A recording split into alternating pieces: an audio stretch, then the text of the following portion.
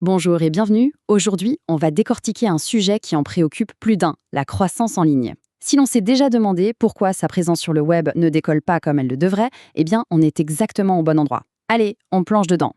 C'est la grande question que de nombreux chefs d'entreprise se posent. On voit les concurrents avancer et on a l'impression de faire du surplace. C'est un sentiment super frustrant. Mais la bonne nouvelle, c'est qu'il y a des solutions très concrètes.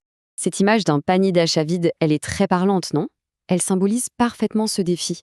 On a du potentiel, des gens qui viennent voir, mais à la fin de la journée, il ne se passe rien. C'est un problème très courant, mais qui, heureusement, a une solution quand on s'y prend bien. Alors, commençons par le début. Le cœur du problème, c'est souvent la visibilité. Pour y remédier, il y a deux grandes voies, de grandes stratégies. Chacune a ses propres règles du jeu et ses avantages. On va explorer ça ensemble. Ce tableau est super intéressant parce qu'il résume tout parfaitement. À gauche, on a le SEO. Pensez-y comme un marathon. C'est un travail de longue haleine, un investissement qui construit quelque chose de solide pour l'avenir. Et à droite, on a le SIA.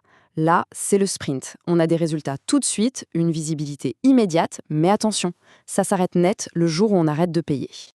Le SEO, c'est vraiment l'art de construire des fondations en béton armé. Le but du jeu, c'est d'attirer naturellement, mois après mois, des clients qui sont déjà en train de chercher ce qu'on propose. C'est une stratégie qui pèse sur le long terme.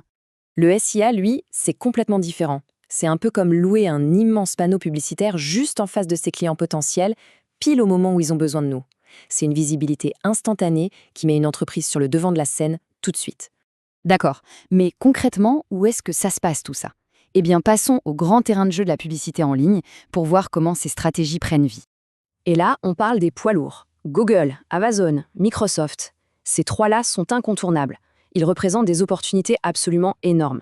Chacun a son audience, ses forces, ce qui permet de cibler des gens très précisément. Et ce graphique le montre bien, les annonceurs l'ont totalement compris. Regardez, en 2021, les trois quarts d'entre eux utilisaient Amazon Ads et 60% Microsoft Ads.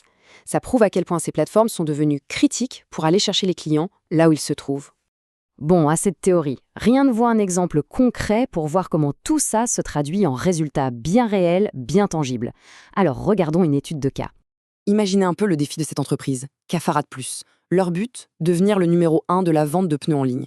Un marché hyper compétitif, déjà plein d'acteurs, un objectif qui peut paraître fou, mais pas impossible avec la bonne approche.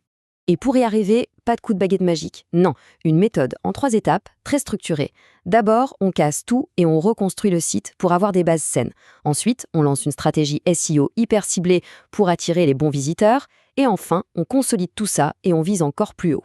Et le premier résultat est juste spectaculaire. Plus 370% de trafic organique en 4 petits mois. Ça veut dire que beaucoup plus de gens qualifiés ont trouvé le site par eux-mêmes sur les moteurs de recherche. C'est énorme. Mais avoir plus de visiteurs, c'est une chose. Les transformer en clients, c'en est une autre. Et là aussi, le pari est réussi. Plus 210% d'augmentation du chiffre d'affaires. L'impact sur le business est direct et il est massif. Et voici le point crucial. Ils ne se sont pas contentés d'avoir plus de trafic. Ils sont allés chercher les premières places sur Google pour les mots-clés les plus importants de leur secteur. Ce graphique le montre bien. Pour des termes en arabe comme pneus de voiture ou offre de pneus, ils ont tout simplement dominé le marché. Évidemment, des résultats comme ça ne tombent pas du ciel. Ça demande un vrai savoir-faire. Ce qui nous amène à une question essentielle.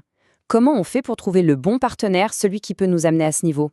Choisir son agence, c'est une étape critique. Il faut trouver celle qui va vraiment nous guider vers le succès.